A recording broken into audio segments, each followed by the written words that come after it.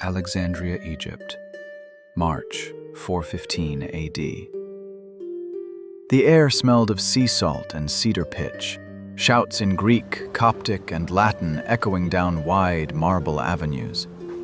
A city of 500,000 people, its great harbor still the busiest in the Mediterranean world.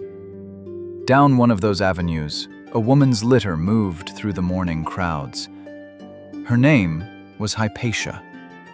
She was approximately 60 years old, the head of the city's Neoplatonist school, the finest mathematician and philosopher Alexandria had produced in a generation. She had students who would become bishops. She had enemies in higher places. The mob stopped her litter near the Caesarion, an old pagan temple converted into a church. They dragged her inside. What they did to her was recorded by a contemporary Christian historian, Socrates Scholasticus, who described it with evident horror. They stripped her, beat her, and scraped the flesh from her bones. Then, they burned her remains. Her killer was a church official named Pyotr. No one was ever prosecuted. The city that had been the intellectual capital of the ancient world for 6 centuries went quiet. Hypatia was not the librarian of the Library of Alexandria. The library, in any recognizable form, had likely been gone for over a century by the time she died. But her death marks something. It is the moment historians often point to as the end of an era, the final silencing of the intellectual tradition the library had embodied for 600 years. This is the story of how that tradition was built and how it was lost. Not in one fire, not in one night.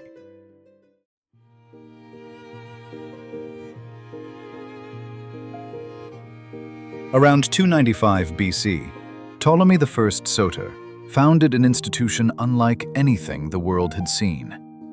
His ambition was straightforward and staggering: collect every book ever written by anyone in any language and bring it to Alexandria.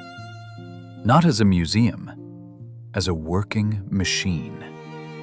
It was also a calculated act of soft power, a bid to make Alexandria the undisputed intellectual capital of the Hellenistic world, outshining even Athens. The library was attached to the Mausion, from which we get our word museum, a research institution where the world's greatest scholars were given free housing, free meals, and freedom from taxes in exchange for one thing: their work. To build the collection, Ptolemy issued a decree that every ship arriving in Alexandria's harbor was required to hand over any books it carried. Officials would take the scrolls to the library, copy them, and return the copies to the passengers. The originals stayed. Ptolemy II later wrote to every ruler in the known world requesting copies of their texts. Demetrius of Phalerum, Aristotle's student, oversaw the cataloging. By some ancient accounts, the collection grew to 400,000 scrolls. Even the lowest estimates suggest 40,000. Alexandria was the ideal home for this project. Founded by Alexander the Great in 331 BC, it was designed as a meeting point of worlds: Greek and Egyptian, East and West, sacred and secular. Its harbor handled a fifth of all Mediterranean trade. Information flowed through it constantly. Under the Ptolemaic kings, it became the intellectual capital of the ancient world, a city where a person could, in theory, read the entire accumulated output of human civilization in one place. No such place had existed before. None would exist for over 1,000 years. Consider what the library made possible. Around 240 BC, a man named Eratosthenes served as its chief librarian. He noticed that on a certain summer day, the sun shone directly into a well in the city of Syene, modern Aswan, casting no shadow. On that same day in Alexandria, 800 kilometers to the north, a vertical stick cast a measurable shadow. From 2 cities, 1 day, and 1 angle, he calculated the circumference of the entire Earth. His answer was within 1% of the correct figure. He did it with a stick. Euclid wrote his Elements in Alexandria, probably around 300 BC. 13 books. Definitions, postulates, theorems. The geometry that would be taught in European schools for 2,000 years. Archimedes visited and corresponded with scholars here. Aristarchus of Samos, working in the library's orbit, proposed that the Earth revolved around the Sun, 18 centuries before Copernicus. His central argument survives only because Archimedes quoted it in a passing reference in a manuscript called The Sand Reckoner. Without that single mention, we would have no trace of it at all. This is what the library was. Not just a warehouse for scrolls. You could smell the dust of old papyrus and cedar oil in the corridors, feel the cool marble under your feet as you walked the stacks. But a place where ideas could be tested, compared, challenged, and extended across generations. A scholar working in 280 BC could build on someone who lived in 400 BC, because their writing was physically present, preserved, catalogued, findable. Knowledge is only cumulative if it is kept. The library understood this. It is, in a sense, the ancestor of every university, every research institute, every database that exists in the modern world. It invented the idea that knowledge should be systematically preserved.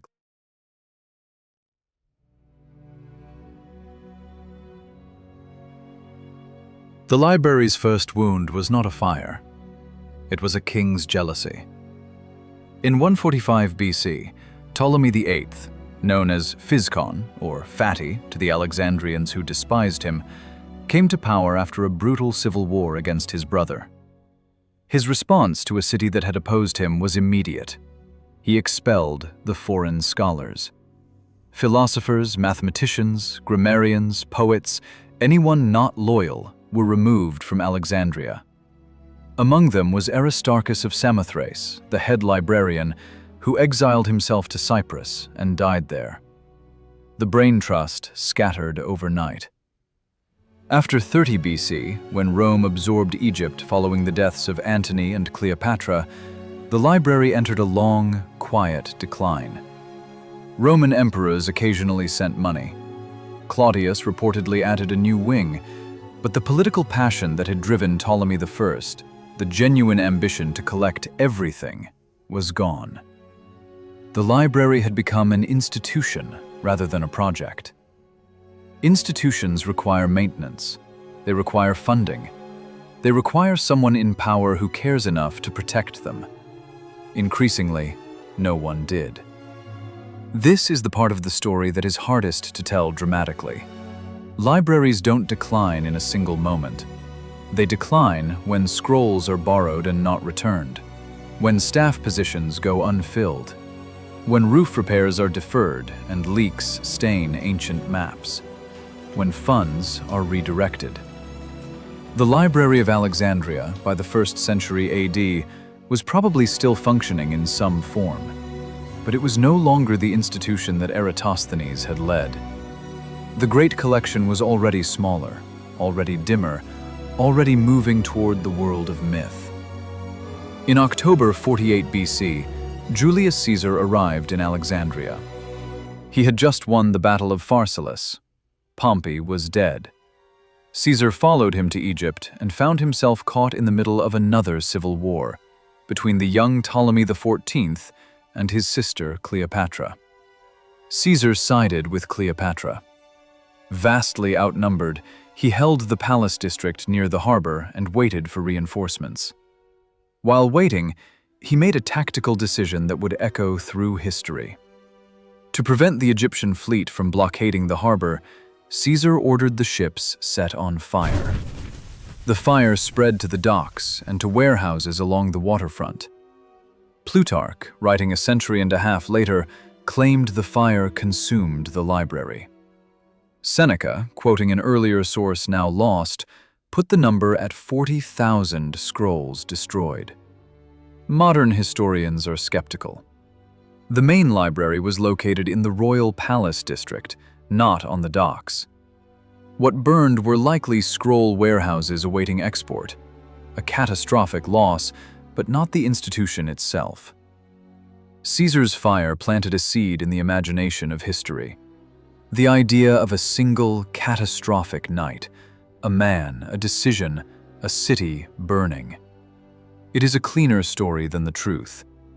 The truth is that the library was not destroyed that night, but it was wounded, and then wounded again, and wounded again across 3 more centuries by forces that were slower and more varied and ultimately more thorough than any single fire. Caesar became the villain that history needed. The real destruction was harder to see and harder to blame.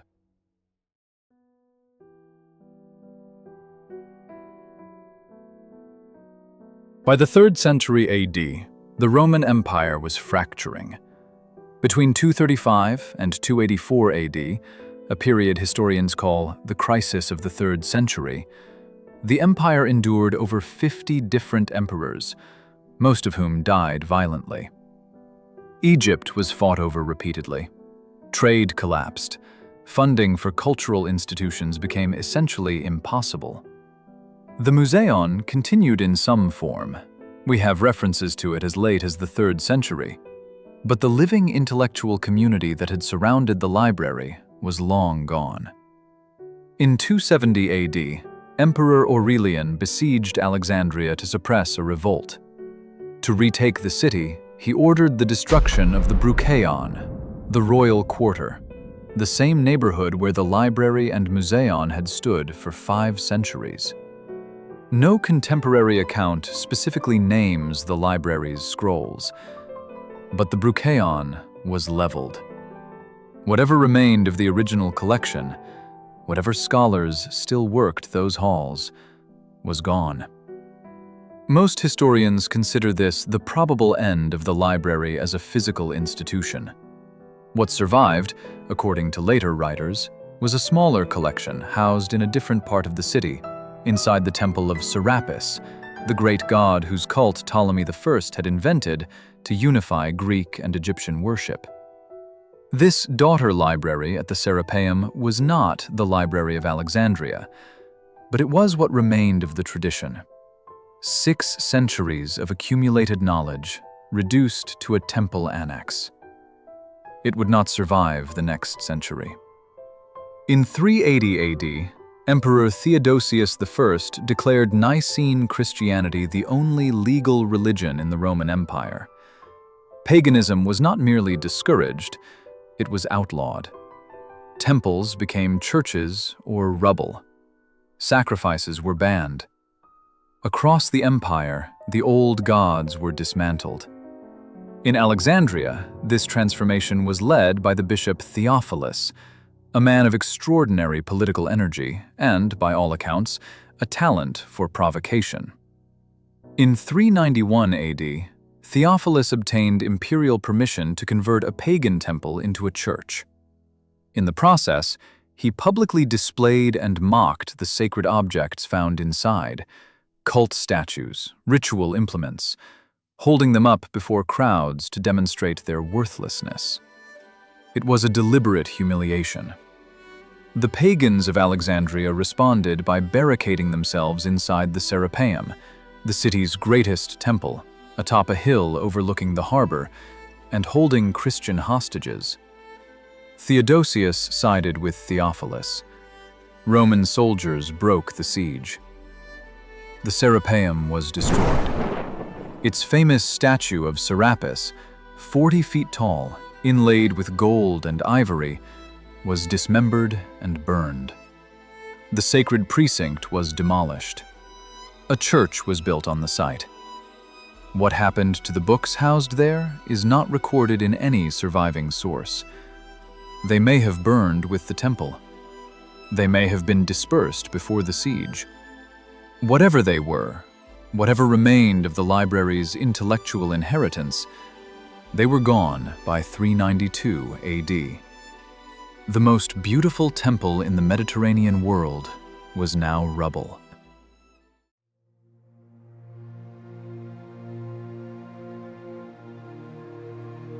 She was born around 355 AD, the daughter of Theon of Alexandria, the last known member of the Museion. He taught her mathematics and astronomy, and the philosophy of Plato and Aristotle. She surpassed him. By the time she was middle-aged, she headed her own school, where she lectured on mathematics, Platonic philosophy, and the workings of the stars. Her students came from across the Mediterranean, pagans, but also Christians, who found in her method something worth studying, regardless of her religion. She had no equal in Alexandria. Her world was one of increasingly violent political fracture. The Roman prefect Orestes, a Christian appointed by Constantinople, was locked in a bitter feud with Cyril, the new bishop of Alexandria, over who controlled the city. Hypatia advised Orestes. She was known to visit him. A rumor spread, possibly originating in Cyril's circle, that she was using magic to prevent reconciliation between the prefect and the bishop. The charge was familiar: powerful woman, pagan practices, political influence in the wrong direction. The mob that killed her was not random. It was organized. Led by Peter the Reader, a member of the church establishment, it moved with purpose through the streets on a March morning in 415 AD. After she died, her killers burned her remains. No successor took her place.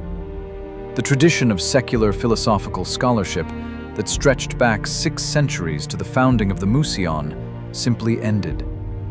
There was no one left to carry it. Alexandria fell silent in a way it had never been silent before. In 642 AD, 2 centuries after Hypatia's murder, the Arab general Amr ibn al-As captured Alexandria for Caliph Umar. It was a consequential moment in world history. In the centuries that followed, a story began to circulate. According to this account, Amr asked the caliph what to do with the books of the library. Omar's alleged reply has become one of the most quoted sentences in the history of knowledge. If the books agree with the Quran, they are superfluous. If they disagree, they are heretical. Either way, burn them. Historians reject this story entirely. It first appears in writings 6 centuries after the event, recorded by a 13th century Arab historian. No contemporary source, Christian, Jewish, or Muslim, makes any mention of it. The physical arithmetic alone is impossible. 6 months of bathhouse fuel would require tens of millions of books. Most decisively, the library, in any meaningful form, had been gone for centuries before Amr arrived. There was nothing left to burn. The story is a myth layered onto a tragedy that had already happened. The myth of Omar served a purpose. By the 12th and 13th centuries, the Crusades had hardened Christian-Muslim enmity. A story placing the blame for this great cultural loss on Muslim conquerors was politically useful, and it stuck. But it is a lie layered onto a tragedy. The people who destroyed the Library of Alexandria were Romans, Greeks, and Christians, administrators, bishops, and emperors acting in the name of political power or religious certainty. They acted across 3 centuries, and they were entirely successful.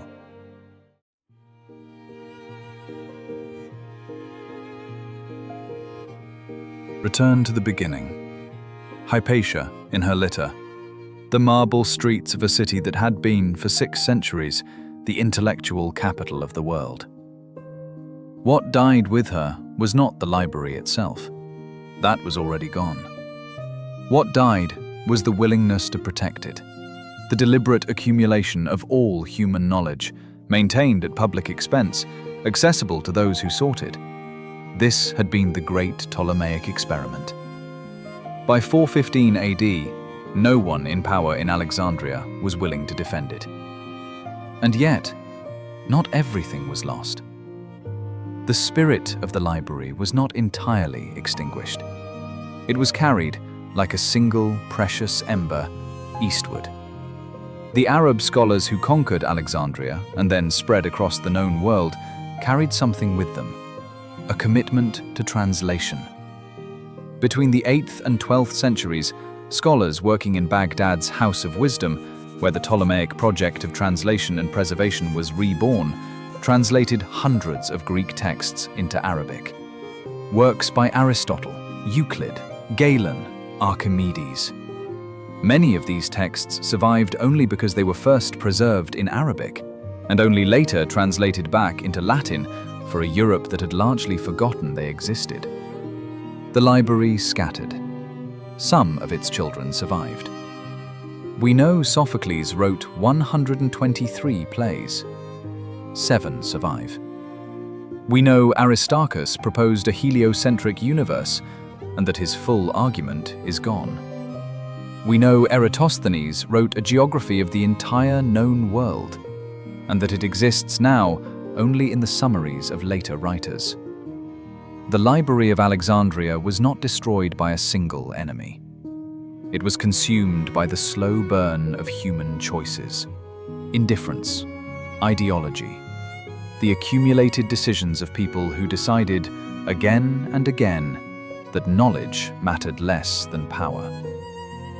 The fire that never went out is the one we must guard against still.